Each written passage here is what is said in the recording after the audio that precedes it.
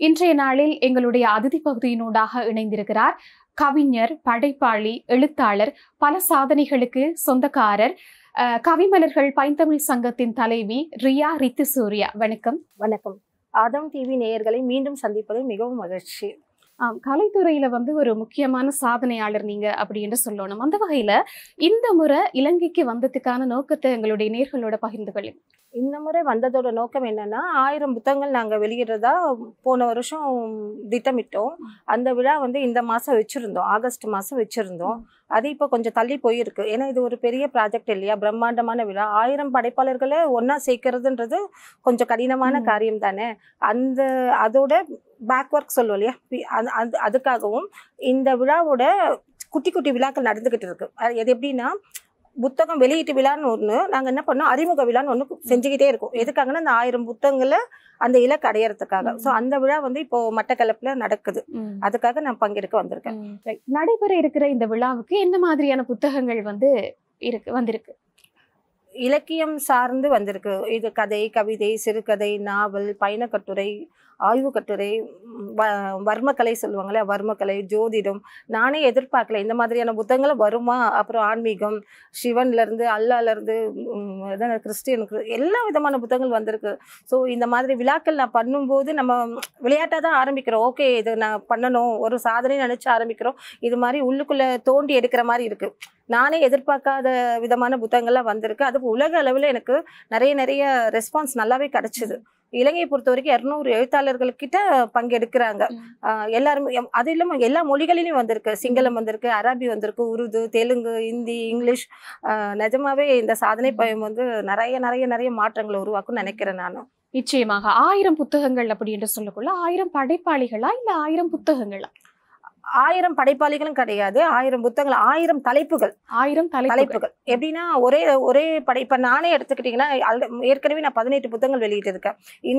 இந்த விழாவில் என்னோட மொத்தமாக குறைஞ்சது 50 புத்தகங்கள் வெளியிடணும்னு ஆர்வம் வச்சிருக்கேன். இப்போ பன்னீர்செல்வம்ன்றவங்க கவிஞர் 30 புத்தகங்கள், சக்கரவர்த்தின்றவங்க 25 தலைப்புகளில் கொடுத்துருக்காங்க. ஸோ எண்ணிக்கையில் லட்சங்கள்ல இருக்கும் புத்தகம், தலைப்புகள் தான் 1000. படைப்பாளிகள் 1000 பேர் இருப்பாங்களான்னா கம்மியாக தான் இருப்பாங்க. ஏன்னா ஒருத்தரே அவங்கள ஆர்வம் இருக்கும் இல்லையா. இது ஒரு பெரிய பிரம்மாண்டமான விழா, உலக சாதனை பயணம். அப்படி இருக்கும்போது ஒவ்வொரு கவிஞர்களும் குறைஞ்சது 1000 லட்சம் கவிதைகள் எழுதி வச்சிருக்காங்க. இப்போ இந்த மாதிரியான ஒரு விழாக்கள் நடக்கும்போது தான் தன்னை வெளிப்படுத்திக்கணும்னு அவங்க விரும்பும் போது தான் அவங்க ஒரு புக்கு கொடுக்க மாட்டாங்க. பொதுவாக ஒரு விழான்னு ஒரு புக்கு தருவாங்க இல்லையா, அப்படி கிடையாது. நம்ம விழாவை பொறுத்த வரைக்கும் 5, 10, 15 கவுண்ட்லெஸ்ல கொடுக்குறாங்க. ஸோ அப்படி கொடுக்கறதுனால மட்டும் தான் என்னால் அந்த இலக்கை அடைய முடியுது. இந்த புத்தகங்களை வெளியிடுற நேரம், அதாவது இந்த எழுத்தாளர்களுக்கு இருக்கிற மிக முக்கியமான ஒரு சவால் அப்படின்னு சொன்னா என்ன சொல்லுவீங்க? பொருளாதாரம் தான். பொருளாதாரம். படைப்புகள்லாம் குறையே இல்லை. ஒவ்வொரு படைப்பாளிகளோட கற்பனைகளும் அபாரமானது. நம்ம எதிர்பார்க்காத சிந்தனை, நோக்கம் எல்லாமே ரொம்ப அழகா இருக்கு. ஆனா இலங்கையை பொறுத்த வரைக்கும் பொருளாதார ரீதியா இன்னுமே கொஞ்சம் மேம்பட்ட நிலை வரல இல்லையா. இலங்கைன்னு கிடையாது, பொதுவாக இந்தியாவில் கூட அந்த இப்போ ஒரு தீபாவளி, ஒரு பொங்கல், இல்லை ஒரு ரம்ஜான், அதுக்காக நம்ம செலவழிக்கணுன்றத நினைக்கிறத புத்தகத்துக்கு எடுத்து வைக்கும்போது அது ஒரு பாரமா நினைக்கிறாங்க. அப்படி நினைக்காம தன்னை அடையாளப்படுத்திக்க, தன்னோட சுயத்தை வெளிக்காட்டுறதுக்காக தான் இந்த புத்தகங்கள் வெளியிடும் நினைக்கும் போது அந்த பொருளாதார நெருக்கடி கூட வராது. இன்னொன்னு, நிறைய பணம் செலவு பண்ணணும்னு அவசியம் கிடையாது. அது தூரமா பார்க்கும்போது தான், கிட்ட நெருங்கி போனீங்கன்னா அவ்வளவு செலவு கிடையாது. ஒரு வீடு கட்டுறதுக்கு நம்ம பேஸ்மெண்ட் போடுறோம் இல்லையா, அந்த மாதிரி தான் ஒரு புத்தகம் செய்யறதுக்கு ஆரம்பத்துல கொஞ்சம் அதிக செலவாகும். ஆனா வெளியிட்டப்பாடு அந்த அச்சு பணி அகைன் பண்ணும்போது ரொம்ப கம்மியா தான் செலவாகும். அந்த புரிதல் இருந்தா அவங்க ஈஸியா புத்தகம் போட முடியும். தூரத்திலிருந்து பார்க்கும்போது அவங்க பயப்படுறாங்க, நம்மளால போட முடியாது, நம்ம கிட்ட பொருளாதாரம் கஷ்டமா இருக்கு, நம்மளோட கனவுகள் அடைய இன்னும் கொஞ்சம் நாள் ஆகும், கொஞ்சம் வருஷம் ஆகும் அப்படின்னு நினைக்கிறாங்க. அப்ப என்னோட பேசும்போது, ஓ இவ்வளவு ஈஸி தானே இந்த புத்தகம் வெளியிடுறது, இவ்வளவுதான் செலவாகுமா அப்படின்னும் போது அவங்க தொடர்ந்து புத்தகங்கள் போட ஆரம்பிச்சிடுறாங்க. இப்போ ஒரு புத்தகம் போட்டவங்க கூட 10, 20, 30ன்னு கூட போடுறாங்க. எனக்கு அந்த வகையில சந்தோஷம். நான் ஒவ்வொருத்தரையும் புது படைப்பாளிகளை அடையாளப்படுத்துறேன். நானும் வளர்ந்த எழுத்தாளர்களோட வளரும் எழுத்தாளர்கள், இளைஞர்கள், இளைய தலைமுறைகள், இன்னும் குட்டி பசங்க, ஒரு 3வது படிக்கிறவங்க, 2வது படிக்கிறவங்க கூட அவ்வளவு நல்ல கற்பனை வளத்தோட கவிதைகள் கொடுக்கும்போது எனக்கு என்ன, ஏன் குழந்தை புத்தகம் போட்டா எவ்வளவு சந்தோஷம் இருக்குமோ அந்த மாதிரியான ஒரு ஆத்ம திருப்தி எனக்கு கொடுக்குது. நிச்சயமாக எழுத்தாளர் அப்படி என்று சொல்ற நேரம் மற்ற எழுத்தாளர்களை ஊக்குவிக்கக்கூடிய எழுத்தாளர்கள் தான் உண்மையான எழுத்தாளர்கள் அப்படின்னு சொல்லுவாங்க. அந்த வகையில உங்களுடைய இந்த சங்கங்கள் அப்படின்னு சொல்லியிருந்தீங்க, உங்களுடைய சங்கங்கள் இலங்கையில மட்டும் இல்லாம சர்வதேச ரீதியிலையும் இருக்குதா? இருக்கு. இப்ப நம்ம முதல்ல வந்து வெளிநாட்டு கிளைன்றது இலங்கை கிளையா தான் ஆரம்பிச்சோம். அடுத்தது துபாயில இருக்கு, கத்தார்ல இருக்கு, குவைத்துல ரெடி பண்ணிக்கிட்டு இருக்காங்க, மலேசியாலையும் அவங்க முயற்சி பண்றாங்க. அவங்க எப்படின்னா இப்ப நான் போயிட்டு விழா வைக்கும்போது அன்னைக்கு அந்த கிளையை அனௌன்ஸ்மெண்ட் பண்ணி நடத்துறாங்க. உள்நாட்டுலன்னு எடுத்துக்கிட்டிங்கன்னா இப்போ சென்னையில, திருச்சி, மதுரை, கோயம்புத்தூர், பாம்பே, மகாராஷ்டிரால பாம்பேல இருக்கு. இந்த மாதிரி அவங்களா விரும்பி கேட்குறாங்க, மேம் உங்களோட கிளைகளை வந்து எங்களுக்கு ஆரம்பிங்க, நான் வந்து கிளை தலைவராக இருந்து உங்களுக்கு நாங்கள் வேலை செய்கிறோம். அவங்க விரும்பி கேட்குறாங்க. அப்படி ஆரம்பித்த கிளைகள் பார்த்தீங்கன்னா இப்போ சென்னையில் ஒரு 10 கிளைகள், அதாவது தமிழ்நாட்டில் ஒரு 10 கிளைகள் இருக்கு, வெளிநாட்டுகளில் ஒரு 5 கிளைகள் இருக்கு. எல்லாரும் அவங்கள விரும்பி செய்கிறாங்க. இப்போ நான் யாரையும் போய் நான் எந்த ஒரு விஷயத்தையும் கட்டாயப்படுத்த மாட்டேன். ஈவன் புத்தகம் போடுறது கூட நான் சொல்லுவேன், இதுதான் உங்களால முடியும்னா நீங்க செய்யுங்க. எங்களால முடிஞ்ச, சப்போஸ் ஒரு கவிஞர்கிட்ட பணம் இல்லை, ஒரு படைப்பாளர்கிட்ட பணம் இல்லைன்னா கூட நாங்க கொஞ்சம் பொறுங்க, எங்களுக்கு வந்து ஸ்பான்சர் கிடைச்சதுன்னா உங்களை நாங்க உள்ள எடுத்துக்கிறோம். ஸோ இது எல்லாருக்குமான விழாவா தான் பார்க்கப்படுது. எல்லாருக்குமே சம வாய்ப்பு தான் இதுல. மதமோ மொழியோ இனமோ எதுவுமே கிடையாது. எந்த நாட்டா கூட எங்களுக்கு தேவை உன்னோட சொந்த படைப்பா இருக்கணும். எந்த யார்கிட்டேருந்தையும் நகல் எடுத்த படைப்பு எங்களுக்கு கொடுக்காதீங்க. ஏன்னா இது வந்து ஒரு உண்மையான சாதனை முயற்சி. ஒரு 1000 புத்தகங்கள் வெளியிடுனா இதுக்காக நாங்க தூங்கி எழுந்து ஒரு வருஷத்துக்கு மேல ஒரு 100 பேர் சேர்ந்து பணி செய்யறாங்க. அப்படி இருக்கும்போது ஒரு உண்மைத்தன்மை இருக்கணும் இல்லையா? வியாபார ரீதின்றதை விட அது உண்மைத்தன்மை இருக்கணும். அது நம்ம கஷ்டப்பட்டு செய்யற விஷயம்ன்றதுனால எல்லாரையும் நாங்க என்ன சொல்லுவோம், உங்களை சொந்த படைப்பு கொடுங்க, முதல்ல நீங்க அதை கொடுங்க போதும், அதுக்கப்புறம் பணம்ன்றது விஷயத்த கூட நீங்க 2வதா பாருங்க அப்படின்றோம். கலைத்துறையில வந்து நிறைய படைப்புகள் வந்து உருவாக்கி இருக்கீங்க, இன்னும் வளர்கின்ற படைப்புகளையும் வந்து எழுத்தாளர்களையும் உருவாக்கிட்டு இருக்கீங்க. இந்த திறமை, அதாவது இந்த எழுத்து திறமை வந்து உங்களுடைய உள்ளத்தில் வந்து எப்படி வந்தது? எழுத்து திறமை வந்து ஒரு திறமை அப்படின்னு சொல்லுவாங்க, அது நம்மளுக்குள்ள உள்ளத்திலிருந்து ஊற்றெடுத்து வரணும் அப்படின்னு சொல்லுவாங்க. இந்த எழுத்து திறமை எப்படி உங்களுக்குள்ள வந்தது? அது கடவுள் கொடுத்த வரம் தான் நான் சொல்லுவேன். நான் சொல்லுவேன், பிரம்மாவோட படைப்புல வந்து எல்லாமே மனிதர்களா தான் பிறக்கிறோம், என்னென்னவா பிறக்கிறோம், நம்ம முடிவு எடுக்கிறோம். ஆனா அந்த எழுத்தாற்றலோ ஓவியாற்றலோ என்ன ஆற்றலாச்சும் இருக்கட்டும், நம்ம அழகா பிறக்கிறோம், எல்லாமே வந்து நம்ம டிசைட் பண்றது இல்லை, அது நமக்கு இயல்பா கொடுத்தது. இப்போ நீங்க படிச்சு டாக்டர் ஆகலாம், IAS ஆகலாம், ஆனா ஒரு கவிஞர் ஆகலாமான்னு முடியாது. அது ஆகலாம், ஆனால் இந்த ஒரு இயல்பான ஆற்றல் இருக்கும் இல்லையா? மழை எப்படி வருது புனிதம், அது மாதிரிதான் எழுத்தாற்றலோ நம்ம வரைகிறதோ, அந்த பல்துறையில வல்லுநரா இருக்க எல்லாருமே வந்தீங்கன்னா அவங்க பிறப்பாலேயே தான் கவிஞராவோ இல்ல ஒரு படைப்பாளரா இருப்பாங்க. அப்படிதான் உருவாக முடியும் எனக்கு தெரிஞ்சு. மற்றபடிலாம் இப்ப படிச்சுட்டு எழுதுறாங்கன்னா அதுல வந்து ஒரு உயிரோட்டம் இருக்காது, உணர்வோட்டம் இருக்காது. இப்ப என்னோட எழுத்து என்னதான் நான் பெருமையா சொல்ல, பொதுவா ஒரு 3வது படிச்சு 5வது படிச்சு கூட எழுதுவாங்க, பார்த்தா இவங்கெல்லாம் இப்படி எழுதியிருக்காங்களா, இந்த மாதிரிலாம் ஒரு விஷயத்த யோசிக்க முடியுமா, அப்படிலாம் அந்த 3ஆம் கை வந்து சிகரெட்டுன்னுவாங்க, என்னென்ன வித்தியாசமா கொடுப்பாங்க. இவ்வளோ நமக்கு ஏன் இந்த சிந்தனை வரல, அந்த மாதிரி எண்ணங்கள் கொடுக்கறதுனால அப்ப தோணும். நான் தான் திரும்ப சொல்லுவேன், நான் வந்து கடவுளால பணிக்கப்பட்டோம், இந்த செயலை செய்யறதுக்கு ஒரு தலைவரா பணிக்கப்பட்டிருக்கேன். ஸோ என்னோட கடமையில இருந்து நான் தவறாம செய்யணும். என்ன காரணம் கொண்டு நான் படிச்சிருக்கேன், நான் இன்ஸ்ட்ருமெண்டேஷன் BBA எல்லாமே படிச்சிருக்கேன், ஆனா நான் தமிழை தான் இருப்பேன், எனக்கு தமிழ் தான் பிடிக்கும், நான் கவிதை தான் எழுதுவேன், சட்டமா சொல்லி இன்னைக்கு இவ்வளவு சாதிச்சிருக்கேன். நானும் இந்த புத்தக சாதனையில எந்தெந்த நாட்டில் இருந்த படைப்புகள் வந்திருக்குது? இந்தியாவில் அதிகபட்சமா வந்திருக்கு, ஒரு 500 புத்தகங்கள் வந்திருக்கு. இலங்கையை பொறுத்த வரைக்கும் 200 புத்தகங்களை தொட்டு கொண்டு இருக்கிறது. பள்ளி கல்லூரிகள், தனிப்பட்ட அமைப்புகள் அந்த மாதிரிலாம் கூட ஒத்துழைப்பு கொடுக்குறாங்க. ஈவன் மீடியாவில் இருக்கிற உங்களை மாதிரியா இருக்கவங்களும் ரித்துவம் பண்ணுங்க, நாங்கள் ஹெல்ப் பண்றோம் அப்படின்னு சொல்லிட்டு எல்லா விதமாகவும் எனக்கு ஒத்துழைப்பு தராங்க. அப்புறம் வெளிநாடுகள் சொன்னீங்கன்னா Switzerland, German, London, Kuwait, Riyadh, Qatar, இன்னும் சொல்லிக்கிட்டே போகலாம், மலேசியா, சிங்கப்பூர், அந்த மாதிரி இருக்காங்க. எல்லாருமே வந்து தொடர்பு கொள்றாங்க. ரித்து மேம் நீங்க இந்த மாதிரி 1000 புத்தகங்கள் பண்றீங்களா, என்னோட படைப்புகள் நீங்க, இப்போ நானா தொடர்பு கொள்றதை விட அவங்க என்ன தொடர்பு கொள்றாங்க, இதுவே ஒரு சாதனை தானே. இப்போ இந்த விழாவே வந்து உலகம் ஃபுல்லா பரவி இருக்கிறதுனால இப்போ எனக்கு ஒருத்தங்கிட்ட பேசும்போது ரித்து அப்படின்னு சொன்னாவே இல்லை, மேம் நான் ரெடியா இருக்கேன் புக்கு போட்டு. ஸோ இதுவே எனக்கு வந்து இந்த 1000 புத்தகங்கள் செஞ்ச திருப்தி எனக்கு கொடுக்குது. ஸோ உலகம் ஃபுல்லா நான் போய் இப்போ தனியாக ப்ரொமோஷனே கொடுக்கறது இல்லை, ஆல்ரெடி அவங்களுக்கு தெரிஞ்சிருக்கு, அவங்க நான் எப்படா கூப்பிடுவேன் புத்தகத்தை கொடுக்கலான்னு காத்துக்கிட்டு இருக்காங்க. ஸோ இந்த பயணம் வந்து எனக்கு தெரிஞ்சு ஒரு சாதனை பயணமா தான் அமையும் நினைக்கிறேன். நிச்சயமாக வந்து இந்த பயணத்துல வந்து உங்களை தேடி தொடர்புகள் வந்து வருது அப்படின்றது வந்து வாசகர் உள்பட ஆமா அப்படின்றது வந்து ஒரு பெருமைக்குரிய விஷயம் தான். உண்மையாகவே இந்த சாதனை பயணத்துல வந்து உங்களுடைய படைப்புகள் ஏதாவது வெளிவருதா? நிறைய வெளியிடுது. நான் ஏற்கனவே முதல்ல 18 புத்தகங்கள் நான் வெளியிட்டு இருக்கேன். நான் முதல் புத்தகமா மனத்தூரல் சொல்லி ஒரு புத்தகம், அதுக்கப்புறம் கான் ஒரு புத்தகம் எழுதினேன், அற்புதான்ற ஒரு கான்செப்ட்ல எழுதியிருந்தேன். அந்த அற்புதம் எழுதும்போது நிறைய பேர் ரீச் ஆயிடுச்சு. அற்புதம்னா என்ன, காணா என்னன்னு அந்த மாதிரி கேள்வி எழும்போது அப்புறமா என்ன பண்ண, ரியாவின் காதல் தேசம் சொல்லிட்டு ஒரு கான்செப்ட் எடுத்தேன். ஒரு பெண் கவிஞரும் ஒரு பெண்ணை பத்தி தான் பாடுறாங்க, ஒரு ஆண் கவிஞரும் பெண்ணை பத்தி தான் பாடுறாங்க. ஸோ வந்து அந்த ஒரு பிம்பத்தை உடைக்கிறதுக்காக ஈவன் விளம்பரம் பார்த்தீங்கன்னா கூட ஒரு ஒரு ஆணோட ஆடை விளம்பரத்துக்கு கூட என்ன ஒரு பெண் தான் நிற்கிறான், அது மாதிரி இருக்கக்கூடாது அப்படின்றதுக்காக நான் ஒரு இன்பான்னு ஒரு கான்செப்ட் எடுத்தேன். இன்பான் கான்செப்ட் இன்ப ஆயிரம், இப்போ சொல்றோம் இல்லையா அன்பதிகாரம் சிலப்பதிகாரம் அந்த மாதிரி சொல்லிட்டே வரும் இல்லையா, குரல் அதிகாரம், அது மாதிரி இன்ப ஆயிரம் சொல்லிட்டு நான் 1000 கவிதைகளுக்கு மேல எழுதியிருக்கேன். நான் ஒரே தலைப்பு ரியாவின் காதல் தேசம், ரியான்றது என்னோட பேர் இல்லையா, அதுல வந்து ஒரு 100 கவிதைகள் எடுத்து ஒரு தனித்தனியா நான் வெளியிட்டு இருக்கேன். இது இல்லாம சூத்திரம் தாண்டிய சமன்பாடுன்னு சொல்லிட்டு ஒரு நாவல், பெரிய நாவல் ஒன்று எழுதியிருக்கேன். சிறுகதைகள் தொகுப்பா ஒரு 2-3 வெளியிட்டு இருக்கேன். இது இல்லாம நிறைய நாவல்கள் இருக்கு, நாவல்கள் கவிதைகள். நான் 1,00,000 கவிதைக்கு மேல எழுதியிருக்கேன். நொடிக்கு நொடி கவிதை எழுதுவேன். என்ன இன்ஸ்டன்ட் கவிஞர்னே கூப்பிடுவாங்க, இன்ஸ்டன்ட் காஃபி மாதிரி இன்ஸ்டன்ட் கவிஞர் நானும். நிச்சயமாக அந்த ரியாவின் காதல் தேசம் பத்தி சொல்லியிருந்தீங்க. ரியாவின் காதல் தேசம் புத்தகத்தை பத்தி உங்களுக்கு கொஞ்சம் சொல்லலாமா, எங்களோட கலந்து கொள்ளலாமா? அது மட்டும் இல்லாம ரியாவின் காதல் தேசம் அப்படி என்று சொல்லி பேர் வச்சதுக்கு ஏதாவது காரணம் இருக்குதா? இருக்குது. ஆக்சுவலி என்னோட பேர் வந்து சூரிய கலா.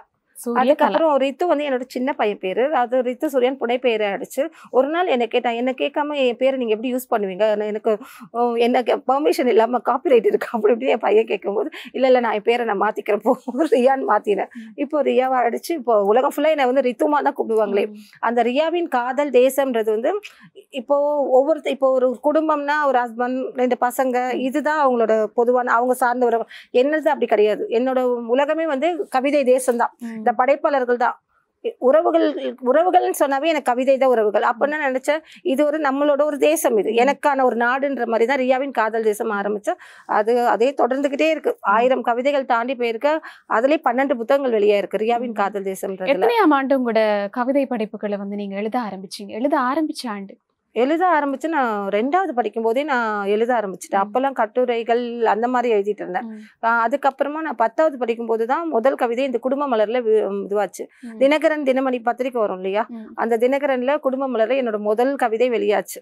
அதுக்கப்புறம் அதான் நான் என்ன நானே டிசைன் பண்ணிக்கிட்டேன், நான் கவிஞரா தான் இருக்க போறேன், நம்ம வந்து இந்த தமிழுக்கு தான் சேவை பண்ணணும். அதனால நான் படிச்சது டெக்னிக்கல்னாலும் நான் கவிதை துறையில தான் நான் பயணிச்சேன். 2017 என்னோட முதல் புத்தகமா மனத்தூரல் வெளியாச்சு, வேற ஒரு அமைப்பு மூலமா வெளியாகுச்சு. அதுக்கப்புறம் யோசிச்சேன், நம்ம ஏன் அடுத்தவங்க கிட்ட செய்யணும், நமக்கே தனித்திறமை இருக்கும்போது நம்ம ஏன் தலைவர் ஆகக்கூடாதுன்னு சொல்லிட்டு நான் கவிமலர்கள் பைந்தமிழ் சங்கம்னு ஒரு அமைப்பு உருவாக்குறேன். அந்த அமைப்பு உருவாக்கிட்டு நான் ஒரு சின்ன விழா முதல் ஆண்டம் வச்சேன். 2வதே நான் ஒரு பெரிய உலக சாதனை செஞ்சேன். நான் 1130 கவிஞர்கள் வச்சு ஒரு உலக சாதனை நான் பண்ணேன். அதுல நான் இந்த இலங்கையில இருந்தும் கூட 125 பேர் எழுதியிருந்தாங்க. அத்தனை பேர்ல நிறைய பேர் வந்து பங்கெடுத்தாங்க. அது பெரிய உலக சாதனையா கிட்டத்தட்ட 2000 பேர் பங்கெடுத்தாங்க. ரொம்ப ரொம்ப அற்புதமா நடந்துச்சு. அது கொடுத்த உத்வேகம் தான் கிட்டத்தட்ட எங்களோட அமைப்பு மூலமா 11 உலக சாதனைகள் நடந்து 11வது நடக்குது. இப்போ 10 முடிச்சிட்டோம். தனிநபர் சாதனையா அது குரூப் ரெக்கார்ட் சொல்லுவாங்களே அந்த மாதிரி பண்ணியிருக்காங்க. இப்ப பண்ண போறது கின்னஸ்ல இந்த 1000 புத்தகங்கள்னாவே கின்னஸ் தானே, பண்ண முடியாத விஷயம் தானே. நிச்சயமா கின்னஸ் சாதனையை நோக்கி வந்து நீங்க பயணிச்சு கொண்டிருக்கீங்க. அந்த வகையில வந்து நீங்க இந்த பைந்தமிழ் அமைப்பை பத்தி சொல்லியிருந்தீங்க. அந்த பைந்தமிழ் அமைப்புல வந்து ஒத்துழைக்கிறாங்களா, இலங்கையில இருந்தும் சரி இல்ல நீங்க சொல்ல மாதிரி சர்வதேச ரீதியாகவும் சரி வந்து ஒத்துழைப்பு வந்து கொடுக்குறாங்களா? நீங்க எதிர்பார்த்த ஒத்துழைப்பு வந்து உங்களுக்கு வருதா? நிறைய கிடைக்குது. எப்படின்னா இப்போ ஒரு புத்தகம்னா ஈஸியா உருவாகிடாது. ஒரு புத்தகம்னா உள்ளடக்கம் சொல்லுவோம் பாத்தீங்களா, அந்த அட்டைப்படம் செய்யறது உள்ளடக்கம் இருக்கு. அதுல அணிந்துரை வாழ்த்துறை, அதுல பிழை திருத்தம் பாக்குறது, இந்த மாதிரியா நிறைய வேலைகள் இருக்கு. அது வந்து இப்போ ஒரு 1000 புத்தகம் போது ஏன் ஒருத்தரால பண்ண முடியுமா? எங்க அமைப்புல இருக்க 100 பேரால பண்ண முடியாது. அப்போ உலகத்துல இருக்கிற ஒரு ரிட்டையர்டான டீச்சர்ஸ் எல்லாம் இருப்பாங்க இல்லையா, அவங்க இல்ல நிறைய பேர் தமிழார்வமா ரித்துமா உங்களுக்கு என்ன மாதிரியான உதவி தேவைப்படுது, உங்களுக்கு நாங்க ஏதாச்சும் பண்ணணுமா அப்படின்னு கேட்பாங்க. அப்ப அந்த மாதிரி அணிந்துரை வாழ்த்துறை நாங்க குரூப்ல போடுவோம். இது மாதிரி இந்த புத்தகம் வந்து ஒரு கன்னி எழுத்தாளர் புது எழுத்தாளர் எழுதுறாங்க, அவங்களோட படைப்புகளை முழுசா படிச்சுட்டு விமர்சனம் கொடுங்கன்னா செய்வாங்க. உங்களோட நேரத்தை எனக்காக கொடுக்குறீங்கன்னாவே அதுவே வேல்யூபிள் தானே. இன்னொன்னு நான் கேட்டு கொடுக்கறத விட கேட்காம கொடுக்குறாங்க. இன்னொன்னு வாசகரா இருக்காங்க தெரியுங்களா, இப்ப நம்ம போஸ்ட் பாக்குறாங்களா, பார்த்தோன்னே ரித்து மாமா வந்து இது மாதிரி புத்தகம் வெளியிடுறாங்க, நீங்க போய் பங்கெடுங்க. இப்ப ஒரு படைப்பாளர் இன்னொரு படைப்பாளர் செய்யறது வேற, ஒரு வாசகரே வந்து என்ன பண்றாங்க மோட்டிவேட் பண்றாங்க. நீ அதில் இப்போ நான் எப்பயாச்சும் ஃபெட்டப் பா ஏன்டா இந்த வேலையை எடுத்தேன், எங்க அம்மா கேட்பா ஏமா நீ 1000 புக்கு வெளியிடுற 500 புக்காச்சும் வெளியிடலாம் அப்படின்னு. ஒரு சாதனை பயணம்ன்றது வந்து கஷ்டமான இலக்கு அடையிறது தான் சாதனை. நிச்சயமா ஈஸியா அடையிறது பேர் எப்படி சாதனை ஆகும்? சாதனை இல்ல. இப்ப போன வருஷம் ஆகஸ்ட் 24 இலங்கையில ஒரு 100 புத்தகங்கள் உலக சாதனையா வெளியிட்டோம். 30 நாட்கள். அந்த 30 நாள் என் கூட தூங்காம எத்தனை பேர் ஒத்துழைச்சாங்க. ஒரு சாதனை பயணம்னா தான் எல்லாருமே பங்கெடுக்கணும்னு நினைப்பாங்க. நீங்க ஈஸியா செய்யற விஷயத்த யாரு கவனத்துக்கு வரும்? வழிகள் இல்லாத வாழ்க்கையில. அதே போல இன்றே செய், அதை நன்றே செய் சொல்லணும். இன்னொன்னு நம்ம எதுனாலும் நம்ம வயசு இருக்கும்போது செய்யணும். நம்ம இன்னும் ஒரு 10 வருஷங்கள் செய்யலாம்னா நம்ம உடம்புல தெம்பு இருக்காது, மனசுல தெம்பு இருக்காது. ஸோ நமக்கு ஒரு நம்ம வளர்ச்சியில ஒரு நல்ல உச்சக்கட்டத்துல இருக்கும்போது அந்த சாதனையை செய்யும் போது அது நிறைய பேரை சென்றடையும், நிறைய பேரை பங்கெடுக்க வைக்கலாம்.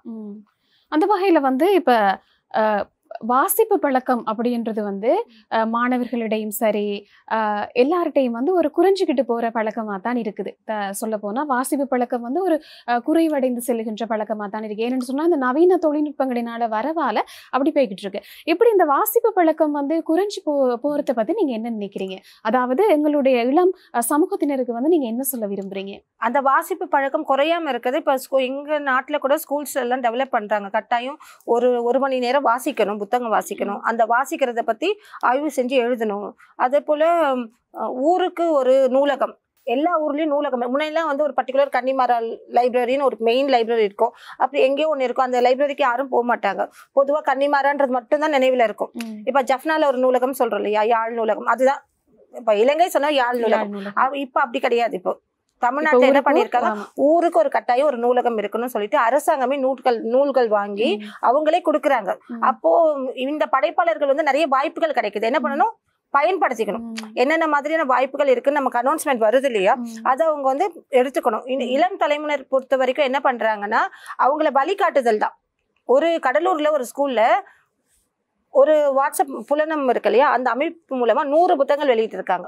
அரசாங்க பள்ளிக்கூடம் 3000 பிள்ளைகள் படிக்கிறதுல வாரம் அவங்களை எழுத வச்சிருக்காங்க.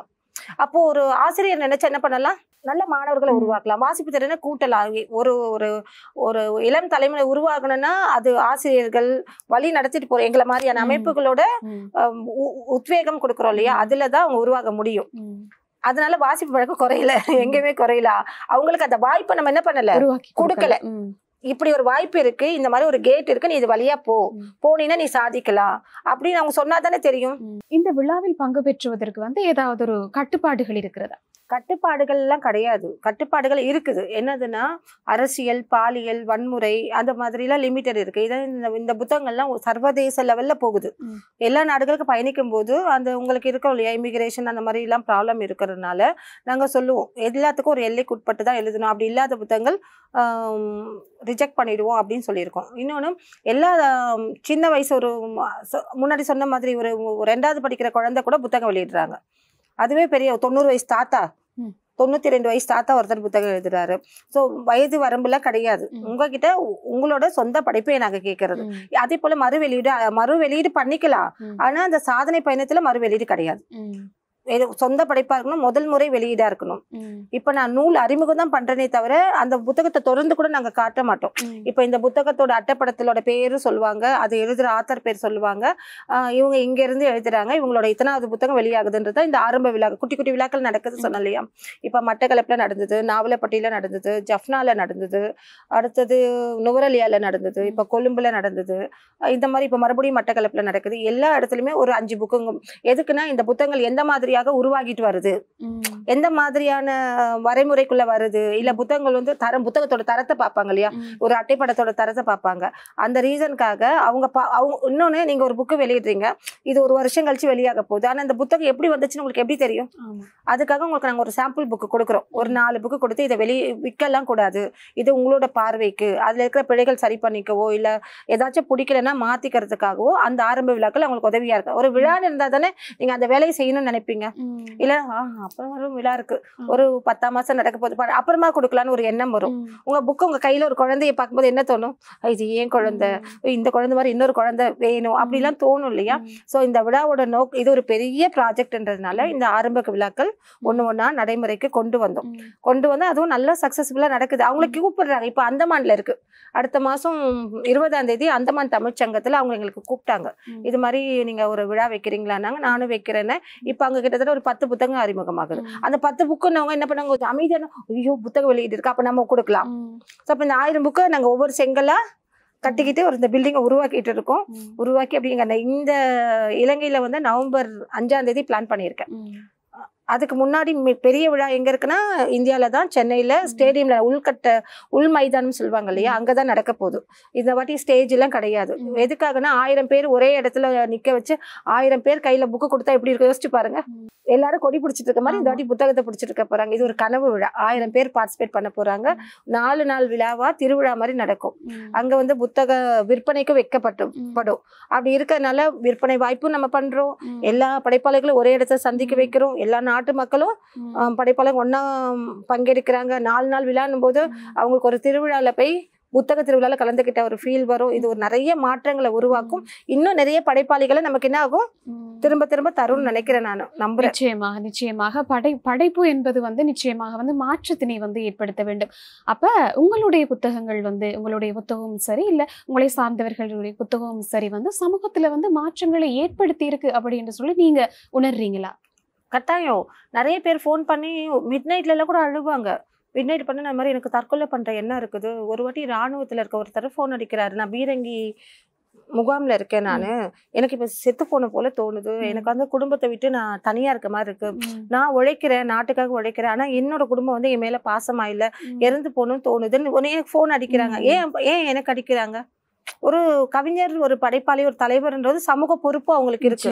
நம்ம எழுதுற கவிதைகளை காதல் மட்டும் கொடுக்கறது இல்ல, சமூகம் கொடுக்குறோம், அந்த மக்களோட உணர்வுகளை கொடுக்குறோம். அப்படி இருக்கும்போது அவங்களுக்கு ஒரு நம்பிக்கை, இவங்க வந்து எப்படி வன்மமாவும் எழுதுறாங்க, ஒரு நுண்மமாவும் எழுதுறாங்க, இவங்களை வந்து இவங்க கிட்ட பேச நமக்கு ஆறுதல் கிடைக்கும், ஏதோ ஒரு மாற்றம் கிடைக்கும்னு ஒரு ஏக்கம்.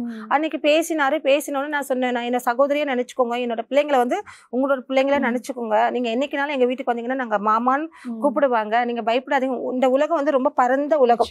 இந்த பரந்த உலகம் ஒரு குடும்பத்தோடயோ ஒரு மனுஷங்களோட முடியாது. அதனால நீங்க அந்த இறந்து போகணுன்ற எண்ணத்தை மாத்துங்க. இன்னொன்னு, இப்போ பொருளாதாரமே எவ்வளவு கஷ்டம். அப்படி இருக்கும்போது நீங்க செத்து போகணுன்ற உணர்வு வந்து தப்பு. உங்களுக்கு வந்து பினான்சியலா நீங்க நல்லா இருக்கீங்க, படிச்சிருக்கீங்க, உங்களுக்கு ஒரு நல்ல குடும்பம் இருக்கு, வெல் செட்டில்டு, இவ்வளவு எல்லாம் இருக்கும்போது ஒரு குடும்பத்துல இருக்கவங்களுக்கு உங்களுக்கு ஃபீல் ஆகாதீங்க. அப்படி எல்லாம் சொன்னோன்னா மறுநாள் காலையில நான் எழுந்து பாக்குறேன், முகநூல்ல இருக்கு, என்னை காப்பாற்றிய கடவுளுக்கு நன்றி, தேவதைக்கு நன்றி. ஸோ அந்த மாதிரி நிறைய பேர் வந்து நிறைய பிரச்சனை, பெண்கள், ஆண்கள், சின்ன பசங்க, அவங்கெல்லாம் கூட எங்களுக்கு கால் பண்ணுவாங்க. கால் பண்ணிட்டு, மேடம் நான் நிறைய ஜெயிக்கணும்னா என்ன பண்ணணும்? இப்ப இளம் தலைமுறை சீரழிதுன்னு ஒரு பக்கம் பேசுறோம். இவங்க என்ன கேக்குறாங்க, நீங்க வந்து எங்க கிட்ட பேசுங்க, நீங்க வந்து எங்களுக்கு அப்பப்போ எனர்ஜி தர மாதிரி, நீங்க பேசினாவே எங்களுக்கு ஃபயர் ஆகுது, எங்களுக்கு எழுதணும்னு தோணுது, ஏதாவது சாதிக்கணும்னு தோணுது அப்படின்னுவாங்க. ஒரு கவிதை எழுதி எங்களுக்கு போட்டு விடுவாங்க. போட்டுவிட்டு, மேம் நல்லா எழுதிருக்கேன்னா கொஞ்சம் பிழை திருத்தி தரீங்களா, கொஞ்சம் நெறிப்படுத்தி தரீங்களா. நல்லவங்க வந்து எல்லா இடத்துலயும் இருக்காங்க, முன்னேறணும்னு நினைக்கிறவங்க இருக்காங்க. ஆனா அவங்க வந்து தேடி சென்று அடையிற இடம் இதுவா இருக்கணும், கடலா இருக்கணும், குட்டையா இருக்கக்கூடாது. அப்படி இருக்கவங்க தான் சீரழிறாங்க. நிச்சயமாக வந்து உங்களுடைய எழுத்து வந்து ஒரு தற்கொலை செய்ய இருக்கிற நபருக்கு வந்து ஒரு மாற்றத்தை மனத்துல ஏற்படுத்தினது அப்படின்றது வந்து ஒரு பெரிய விஷயம் தான். உங்களுடைய இந்த சாதனை பயணத்துக்கு வந்து அதுவும் ஒரு மிகப்பெரிய விஷயமாக அமையும் நினைக்கிறேன். அது இல்லாம நீங்க எழுத்துக்கள் எழுத ஆரம்பிக்கும் போது வந்து உங்களுடைய குடும்பத்தினுடைய ஒத்துழைப்பு வந்து இருந்ததா? உங்களுக்கு குடும்பத்தினுடைய ஒத்துழைப்பு, கணவனாக இருக்கட்டும், பிள்ளைகளாக இருக்கட்டும், உறவுகளாக இருக்கட்டும், இந்த ஒத்துழைப்பு எல்லாம் எப்படி உங்களுக்கு கிடைச்சது? ஆரம்பத்தில் ரொம்ப அதிகமா ஒத்துழைப்பு கொடுத்தாங்க, சொல்லக்கூடாது. உண்மையில எங்க குடும்பமா இருக்கட்டும், எங்க மாமியார் எல்லாருமே ரொம்ப நல்லா பண்ணாங்க. அது போக போக அதுவே உங்களுக்கு இடைஞ்சல் ஆயிடுச்சு. ஏன்னா உங்களுக்கு வேலை பளு கூடுது இல்லையா? இப்ப நம்ம வந்து முதல்ல 5 புக்கு வெளியிட்டோம், இன்னைக்கு 1000 புக்கு வெளியிடுறோம். அது எவ்வளவு பெரிய கடினமான இலக்கு. என்ன ஆகுதுன்னா, நம்மளால குடும்பத்துல கொஞ்சம் இப்ப எடுத்துக்கிட்டா கூட நான் இலங்கையில இருக்கேன். இப்ப என் பிள்ளைங்க எப்படி போவாங்க ஸ்கூலுக்கு? அதுவே ஒரு கஷ்டம் இல்ல. ஒரு ஆண் சாதிக்கிறத விட ஒரு பெண் சாதிக்கிறது ரொம்ப ரொம்ப கஷ்டம். அப்ப நிறைய விமர்சனங்களுக்கு ஆளாகும். இவங்களுக்கு பொறுப்பு இல்லை அப்படி எல்லாம் பேசுவாங்க. ஆனா எல்லாரோட தியாகத்துலதான் ஒரு விழா நடக்க முடியும். எல்லாரோட முயற்சியில தான் நடக்க முடியும். எல்லாரும் விட்டு கொடுக்கறதுல தான் நடக்கணும். எல்லாரும் நம்ம எனர்ஜி கொடுக்குறாங்க பாத்தீங்களா, உங்களால முடியும் ரித்து, நீங்க பண்ணுங்க, நீங்க ஒரு இரும்பு பெண், சாதனை பெண் அப்படிலாம் சொல்லி நம்ம எப்பெல்லாம் டிகிரேட் ஆகுறோமோ அவங்க என்ன பண்ணுவாங்க, தூக்கி நிறுத்திடுவாங்க. அப்போ தோணும் இது நம்ம வந்து சாதனையே பண்ணி தான் ஆகணும். அப்படி என் பசங்களே இல்ல, அம்மா உங்களை வந்து ரித்து சூர்யா கூப்பிடுறா. நேத்து என்ன பண்ணிட்டேன், நான் ஒரு மெசேஜ்ல வந்து ரித்து சூர்யான்னு போட்டேன் வாட்ஸ்அப்ல. அம்மா நீங்க சூர்யா அம்மா எங்க அம்மா அப்படின்னா, இல்லடா எல்லாருக்கும் நான் ரித்து சூர்யா போட்டு பழகிடுச்சுல போட்டேன். சரிம்மா. அப்படி சொன்னாலும் அவங்களுக்கு வந்து சூரியகலாவோட பையனா இருக்கிறத விட ரித்து சூர்யாவோட மகனா இருக்கிறத விரும்புறாங்க. யார் கேட்டாலும் எங்க அம்மா கவிஞர், எங்க அம்மா தலைவின்னுவாங்க. பொதுவா அறிமுகப்படுத்தும் போது அது சொல்ல மாட்டாங்கல்ல, பொதுவா இவங்க எங்க அம்மா அதோடதான் நிறுத்துவாங்க. எங்க அப்படிலாம் சொல்ல மாட்டாங்க. எங்க வீட்டுக்காரே யார்கிட்ட பேசினால என் பொண்டாட்டி இவ்வளவு சாதனை பண்ணிருக்கான், நேரடி ஒத்துழைப்பு கொடுக்குறாரோ இல்லையோ மறைமுக ஒத்துழைப்பு நிறைய கொடுப்பாங்க. திட்டுவாங்க, ஆனா அது திட்டுவாங்கலாம் இருக்க முடியுமா இல்ல? ஆமா, நீங்க சாதனைகளை நோக்கி பயணிக்கின்ற போது வந்து நிச்சயமாக நீங்க சொன்னது மாதிரி விமர்சனங்களையும் வந்து நீங்க எதிர்நோக்கி இருப்பீங்க. அப்படி எதிர்நோக்குறதுல சில விமர்சனங்களை வந்து எங்களோட பகிர்ந்து கொள்ள இயலுமா? இருக்கு. இப்பயே இலங்கைக்கு இத்தனை வாட்டி வந்து ரித்து சூர்யா வியாபாரம் பண்ண வந்திருக்காங்க, ஏதோ ஒரு காரணத்துக்காக தான் வந்திருக்காங்க அப்படிலாம் சொல்லுவாங்க. ஒரு சிலர்ல இத்தனை வாட்டி இந்த பெண் வந்து தைரியமா வராங்களே, நீங்க தனியாவா வந்தீங்க அப்படிலாம் கேட்பாங்க. அப்புறம் வந்து இன்னும் நிறைய வந்து என்ன சொல்றது, எந்த அளவுக்கு பாசிட்டிவ் எனர்ஜி இருக்கோ அதே அளவு நெகட்டிவ் இருக்கும். இன்னொன்னு, ஒரு மனுஷன்றது ஐடியலா இருக்க முடியாது, எல்லாரையும் நம்மளால சந்தோஷப்படுத்த முடியாது. டெஃபினட்டா என்ன ஆகும், குறைகள் இருக்கதான் செய்யணும். அது மாதிரி இருக்கிறதுனால நம்ம ஒண்ணுமே பண்ண முடியாது. நம்மளோட இலக்கு என்ன, ஒன்னே ஒண்ணுதான், 1000 புத்தகங்களை நோக்கிய பயணம். அதுல வந்து இப்ப நீங்க என்ன புகழ்ந்தாலும் இகழ்ந்தாலும் எப்படி எடுத்துக்கணும், ஒரே மாதிரி தான் எடுத்துக்கணும். நான் கொஞ்சம் ஃபீல் ஆனேன்னா என்னால அந்த பயணத்தோட இலக்கை நான் என்னால அடைய முடியாது. என்னோட எண்ணங்களும் எப்படி, நான் எப்படி தூங்கி எழுந்திருக்கிறது எப்படின்னா அந்த 1000 புத்தகங்கள் தான். அதை முடிச்சு நான் மேடையில நின்று ஒரு கண்ணீர் வடிப்பேன் தெரியுங்களா, ஒரு ஆனந்த கண்ணீர், நான் ஜெயிச்சிட்டேன். அது வரைக்கும் நீங்க பேசுறதுல என் காதுல விழாது, டெஃபினட்டா விழாது. அப்பதான் நம்மளால ஜெயிக்க முடியும். ஒரு சமநிலை படிச்சுக்கணும்னு சொல்லுவாங்களே உணர்வுகளை. இப்ப வீட்டுனாலும் சரி, வீட்லயும் திட்டுவாங்கல்ல, ஏமா இந்த மாதிரி இத்தனை வாட்டி போற, இத்தனை இவ்வளவு பிரச்சனை இருக்கு, பிள்ளைங்க வந்து படிக்கிறாங்க, அதெல்லாம் சொல்லுவாங்க. ஆனா ஒரு இலக்கு அடையறதுக்கு தியாகங்கள் தான். இப்ப நீங்களே உங்களோட ஒரு பொண்ணான நேரத்தை கொடுத்து இந்த விழாவுக்கு நீங்க எப்படி வளர்ச்சிக்கு உதவி செய்யறீங்களோ அது மாதிரிதான் உலகம் ஃபுல்லா எனக்கு சப்போர்ட் பண்றாங்க. நிச்சயமாக நாங்க ஒரு வெற்றி பயணத்தை வந்து தொட வேண்டுமெண்டா நிச்சயமாக நிறைய விமர்சனங்களை கடந்துதான் நாங்க ஆக வேண்டும். அந்த வகையில வந்து எங்களுடைய இலங்கையில இருக்கின்ற வளர்ந்து வார இளம் எழுத்தாளர்களுக்கு வந்து நீங்க என்ன சொல்ல விரும்புறீங்க? இங்க இருக்க தமிழ் ரொம்ப அழகா இருக்கு, எனக்கு ரொம்ப பிடிக்கும்.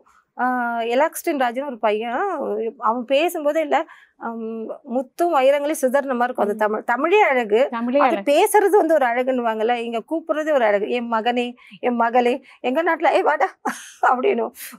இலங்கை தமிழ் வந்து ரொம்ப தனித்துவமானது, ஒரு நேசிப்புக்குரியது, மரியாதைக்குரியது. நிச்சயமா இயல்பை தாண்டி ஒரு மாதிரி அலங்காரம் பண்ண மாதிரி இருக்கும். ஒரு பூச்சிக்கிற தமிழ் வந்து இங்க இருக்குது. எனக்கு அந்த இலங்கையை பொறுத்த வரைக்கும் அது ரொம்ப பிடிக்கும் எனக்கு. இன்னொன்னு, இப்ப எங்க நாடு மாதிரியே தான் இங்கேயும் இருக்கு. எப்படின்னா அரவணைக்கிறது. இப்போ நான் வரேன் இல்லையா, ஒரு முஸ்லீம் வீட்டுக்கு போனா கூட என்னை ரொம்ப பாசமா பாத்துக்குவாங்க. ரொம்ப அது நல்லா இருக்கும், அவங்களோட டெடிகேஷன் ரொம்ப இருக்கும். இன்னொன்னு, நான் போன வீட்டுல பார்த்தா ஒரு 10வது படிக்கிற பிள்ளை பார்த்தா எழுதுது, அவங்க சித்தி எழுதுறாங்க, அவங்க அக்கா எழுதுறாங்க. அப்போ ஒவ்வொரு சின்ன சின்ன கிராமங்களையும் என்ன இருக்காங்க, எழுத்தாளர் இருக்காங்க. ஆனா அவங்களை அடையாளப்படுத்த ஆள் இல்ல. முஸ்லீமா இருக்கிறதுனால அவங்களால வீட்டை விட்டு வெளியில வர முடியல. ஒரு ஆணுன்ற அந்த ஆண் அடிமைன்னு சொல்றோம் இல்லையா, அந்த அவங்களை எதிர்கொள்ள அவங்க பயப்படுறாங்க. இந்த சமூகம் என்ன சொல்லிடுமோ, நம்ம மதம் என்ன சொல்லிடுமோ, அந்த கவலையினாலேயே அவங்க வரமாட்டேங்கிற. இப்ப என்ன மாதிரியான எழுத்தாளர் அவங்க வீட்டுக்கெல்லாம் போகும்போது என்ன ஆகுதுன்னா, ஒரு சுதந்திரம் கிடைக்குது, நமக்கும் ஒரு ரெக்கை இருக்கு, அதை விரிக்க ரித்து சூர்யான்னு ஒருத்தவங்க வராங்க, அவங்க கிட்ட நம்ம எப்படியாச்சும் நம்மள அடையாளப்படுத்திக்க மாட்டோமா, அந்த ஏக்கம் வலிகள் பார்க்கும்போதே நமக்குள்ள இன்னும் வலிகள் சந்திக்கலாம், இன்னும் கூட கஷ்டப்படலாம். ஒரு 4 பேரை உருவாக்கணும்னா யாராச்சும் ஒருத்தர் தியாகம் பண்ணிதான் ஆகணும். அது நானாவே இருந்துட்டு போறேன். இப்ப கினியால எடுத்தீங்கன்னா ஒரு 25 புக்கு வந்திருக்கு, நுவரெலியால வந்திருக்கு, ஹட்டன்ல இருந்து வந்திருக்கு. ஹட்டன்லாம் பாத்தீங்கன்னா நல்ல அழகழகா புக் இருக்கு. அவங்க கிட்ட காசே இல்லை, என்ன பண்ணுவீங்க கேட்டா, எங்களுக்கு வருமானம் கம்மி, எங்களால புக்கை போடுவோம். நான் என்ன சொன்னேன், அவங்களோட புக்ஸ் எல்லாம் ரெடி ஆயிடுச்சு. இப்ப என்ன சொல்லியிருக்கேன், எனக்கு நிறைய ஸ்பான்சர் இருக்கு, அப்படி வந்துருச்சுன்னா உங்க புக்கெல்லாம் எடுத்துக்கிறேன். அதுக்காக நீங்க எழுதுறத நிறுத்தாதீங்க. ஒருத்தர் ஒரு புக் இல்லைனாலும் 5 புக்கு கூட நீங்க போடுங்க. நான் மோட்டிவேட் பண்ணிக்கிட்டே இருப்பேன். அவங்க சொல்லுவாங்க, ரித்துமா நீங்க பேசினாவே எங்களுக்கு எனர்ஜி கிடைக்குது, எங்களால எழுத முடியுது, நீங்க அட்லீஸ்ட் வீக்லி ஒன்ஸ் உங்களால பேச முடியுமா, எங்களுக்கு அடையாளப்படுத்த ஒரு சின்ன வாய்ப்பு கிடைச்சிருக்கு, பெரிய வாய்ப்பா நீங்க கிரவுண்ட் வச்சிருக்கீங்க, நாங்க வரவா, எங்க புக்கு கட்டாயம் வெளியாகுமா. இந்த கேள்விகள் இருக்க வழிகளுக்கும் ஏக்களுக்கும் யாரு மருந்து, யார் பொருளாதார ரீதியா உதவி செய்வா. இந்த நிகழ்ச்சியை பாக்குறவங்க உலக நாடுகள் உங்க இலங்கை மக்கள் பரவி இருக்காங்க. அவங்க வந்து கொஞ்சம் சப்போர்ட் பண்ணாங்கன்னா இந்த மாதிரியான கடைநிலை எழுத்தாளர்கள் இருக்காங்கல்ல, ஏழ்மனையில் அவங்களும் நல்லா வெளியில வரலாம். என்ன மாதிரியான உதவிகளை வந்து நீங்க எதிர்பார்க்கறீங்க? எழுத்தாளருக்கு வேறு எந்த உதவியும் தேவையில்லை. அவங்க எழுத்துக்கள் தான் தரமா இருக்கே, ரொம்ப நல்லா எழுதுறாங்க. அவங்கள பெருசா கைட் பண்ண தேவையில்ல. லைட்டா நெறிப்படுத்தின போது பொருளாதார ரீதியா தான் அவங்களுக்கு உதவி தேவைப்படும். பொருளாதார ரீதியா இருக்கிறவங்க போட்டுடுறாங்க, அவங்க பே பண்ணி பண்ணிடுறாங்க. இல்லாத எழுத்தாளர்கள் இருக்காங்கல்ல, சிறந்த எழுத்தாளர் வந்து பொருளாதாரம் இல்லைன்ற காரணத்துக்காக அவங்க மேடை ஏறாம இருக்காங்க. அதை ஏறதுக்கு பொருளாதார ரீதியா இப்போ இலங்கையை பொறுத்த வரைக்கும் அகதிகளை பல நாடுகள்ல பரவி இருக்காங்க. அவங்க வந்து என்ன பண்ணலாம், தான் எழுத முடியலனாலும் நம்ம மக்கள் எழுதுறாங்களே அவங்களுக்கு நம்ம வந்து கொஞ்சம் சப்போர்ட் பண்ணலாம் அப்படின்னு அவங்க சப்போர்ட் பண்ணாலும் இவங்கள மாதிரி எழுத்தாளர்களை வெளியில வர வாய்ப்பு இருக்கு. மலையகம்லாம் உங்களுக்கு தெரியும் இல்லையா, இன்னும் அந்த தேயிலை தோட்டத்துல அவங்க பாவம் ரொம்ப கஷ்டப்படுறாங்க. நிறைய சொல்லுவாங்க, எங்க காலில் அட்டைப்பூச்சி கிடைக்குது, ஒரு பாத்ரூம் போக ஃபெசிலிட்டி இல்லை. இப்ப கொழும்பு பார்த்தா ரொம்ப பாஷா இருக்கு, மலையகம் பார்த்தா அப்படியே ரெசிப்ரோக்கலா இருக்கு. இன்னும் கூட அந்த முன்னேற்றம்ன்றது இல்லைல்ல. ஏன்னா நிறைய வாட்டி கேட்பாங்க, ஹட்டன் வரீங்களா வரித்துமா, நாங்க படுற கஷ்டங்களை பாருங்களேன், எங்க வழிகளை எழுதுங்களேன். அப்புறம் ஜஃப்னா கூப்பிடுறாங்க, நாங்க எங்களோட வடுக்கல்ல இன்னும் காயமா இருக்கு, மனசுலயும் இருக்கு, உடம்புலயும் இருக்குன்றாங்க. எங்களை வந்து எங்களால வெளிப்படுத்த முடியல, நீங்களாச்சும் வெளிப்படுத்துங்க. இப்போ எப்படி ஆச்சுன்னா, இப்போ ஒரு நம்பிக்கை நட்சத்திரமா நான் மாறி நிக்கிறேன். ஏன் இலங்கைக்கு நீ இத்தனை வாட்டி வரீன்னா என்ன கூப்பிட்டுக்கிட்டே இருக்கு.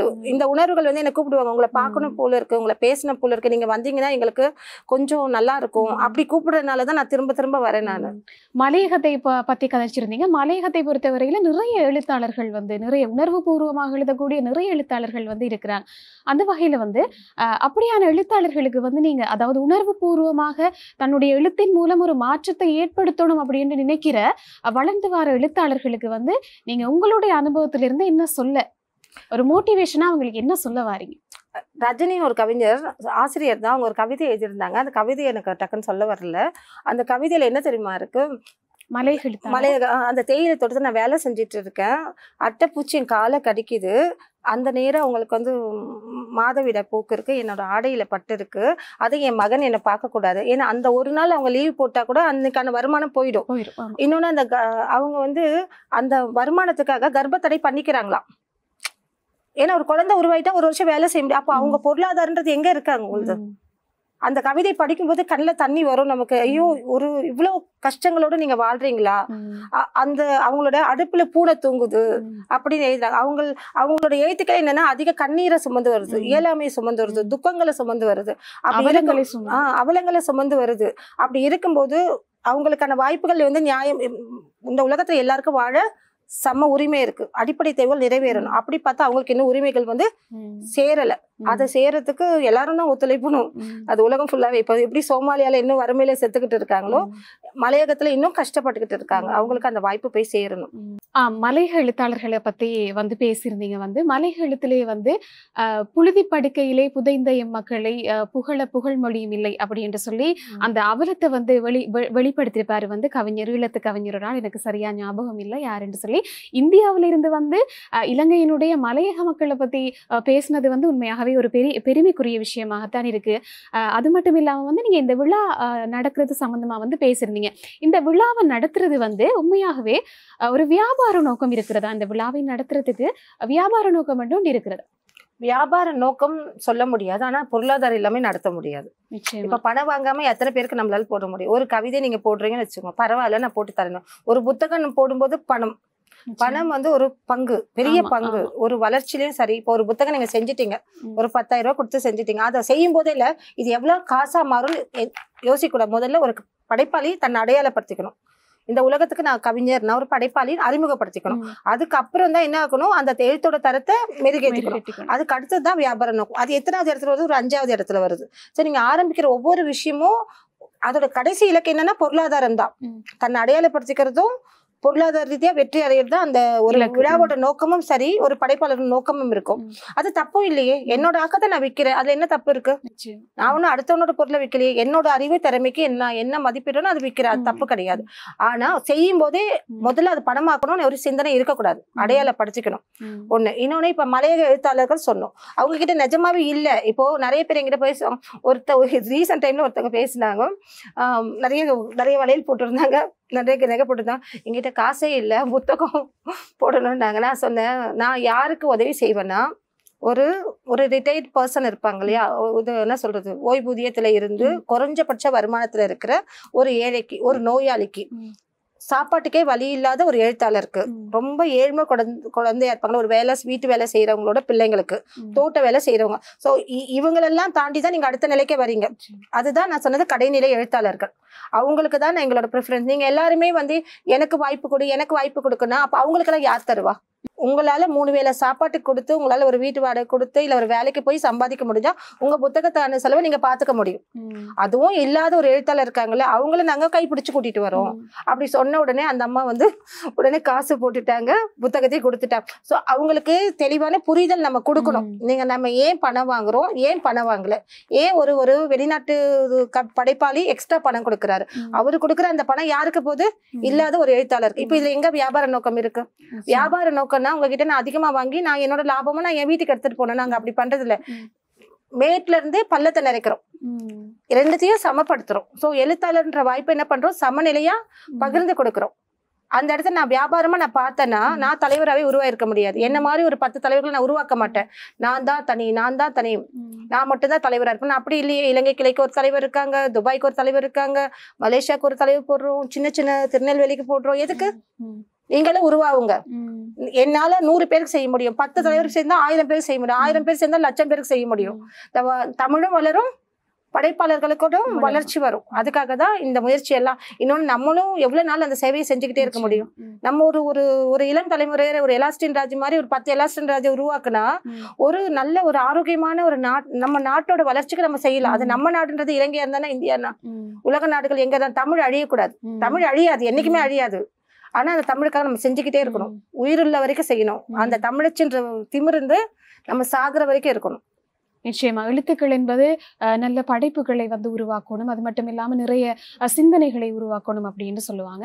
இந்த படைப்புகளை நீங்க தெரிவு செய்யற நேரத்துல வந்து எப்படி தெரிவு செய்யறீங்க? அதாவது தரமான படைப்புகளையா தெரிவு செய்வீங்க? அப்படி இல்லைன்னு சொன்னா அதை பத்தி கொஞ்சம் சொல்லுங்க.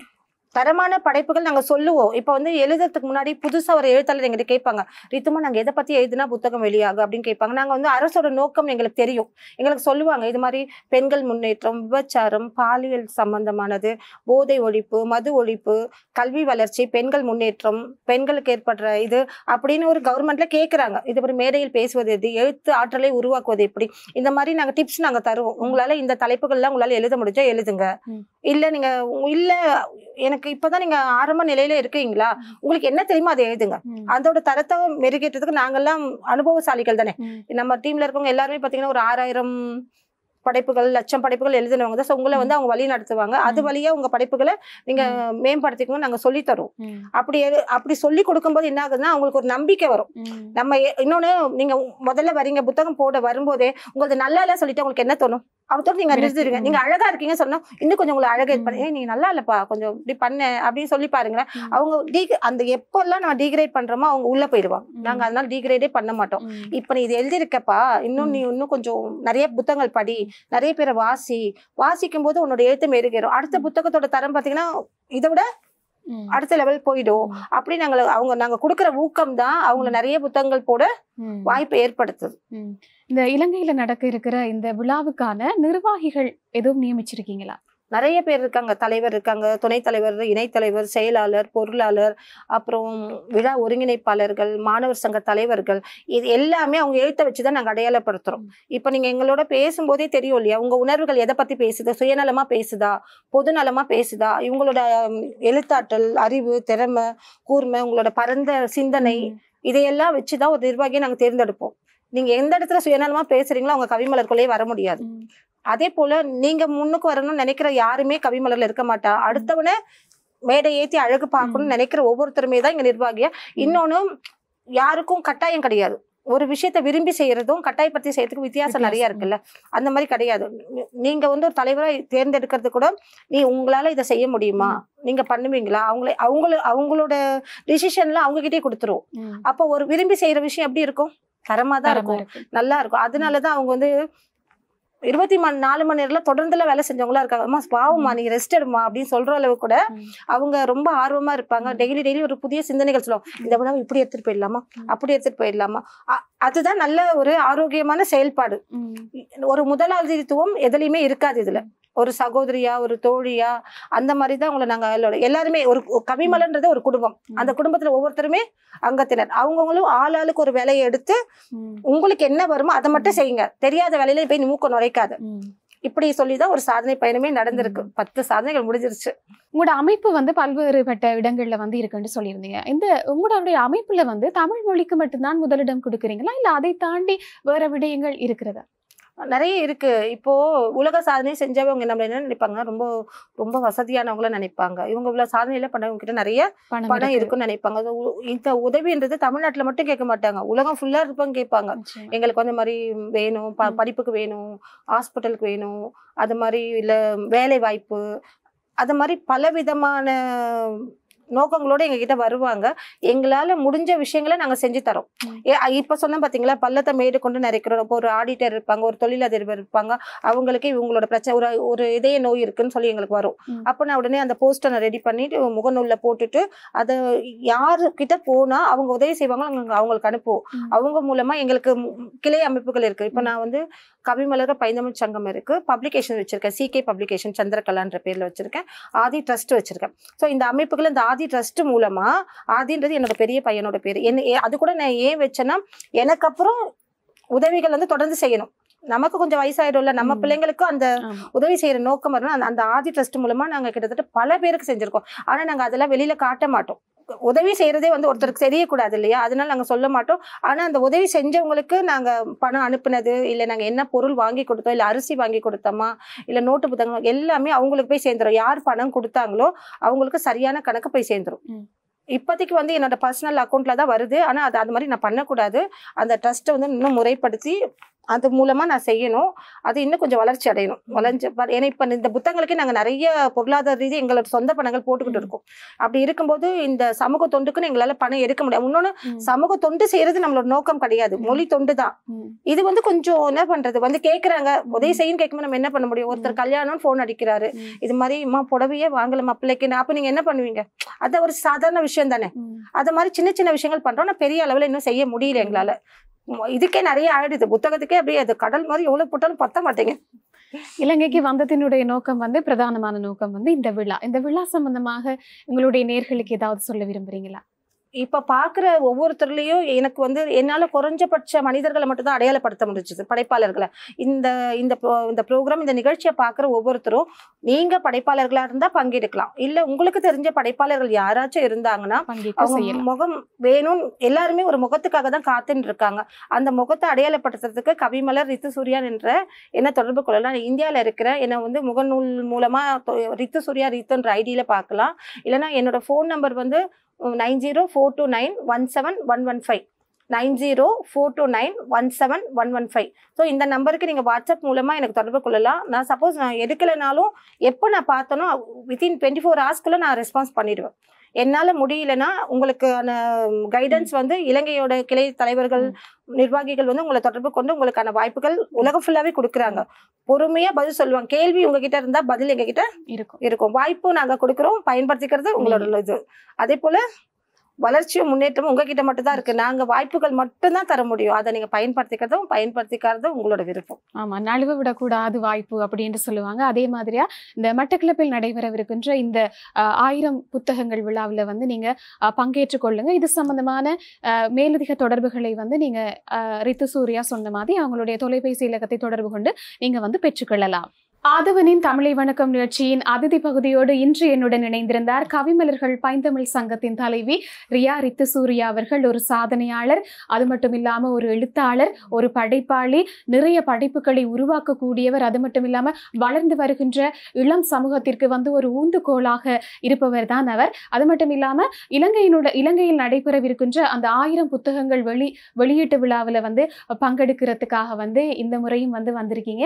நிறைய நல்ல விஷயங்கள் ஆதவனுடைய தமிழை வணக்கம் அதிதி பகுதியினூடாக வந்து வழங்கியிருந்தீங்க. அதுல வந்து உங்களுடைய பொன்னான நேரத்தை எங்களுக்காக செலவழிச்சு நிறைய நல்ல பல விடயங்களை வந்து தந்திருந்தாங்க. இந்த இடத்துல வந்து உங்களுக்கு நாங்க நன்றிகளை சொல்ல கடமைப்பட்டிருக்கோம். அந்த வகையில நன்றி. மீண்டும் எனக்கு இந்த வாய்ப்பு கொடுத்து இந்த என்னோட விழாவோட வளர்ச்சிக்கு ஒவ்வொரு முறையும் உதவி செய்யற ஆதவன் தொலைக்காட்சி நிர்வாக குழுவுக்கு மிக்க நன்றி. நல்ல வாய்ப்பு இது. இதுல பங்கெடுக்கிற ஒவ்வொருத்தருமே இந்த விழாவோட வெற்றிக்கு பயன்படுற மாதிரி இருக்கும். ஸோ பாக்குற எல்லாருமே எனக்காக இந்த உதவியை செஞ்சா நல்லா இருக்கும். இந்த 1000 புத்தகம் சாதனையை நான் நல்லபடியா முடிச்சுட்டு இந்தியாவில் நிகழ்த்திட்டு இந்த கொழும்புல வந்து நிகழ்த்தும் போது நான் வந்து ரொம்ப சந்தோஷப்படணும். பரவாயில்ல, நான் இத்தனை முறை இந்த நாட்டுக்கு வந்திருக்கேன், இத்தனை படைப்பாளர்கள் நான் அடையாளப்படுத்திருக்கிற திருப்தியோடு நான் எங்க நாட்டுக்கு போகணும்னு நினைக்கிறேன். அனைவருக்கும் நன்றி, வணக்கம்.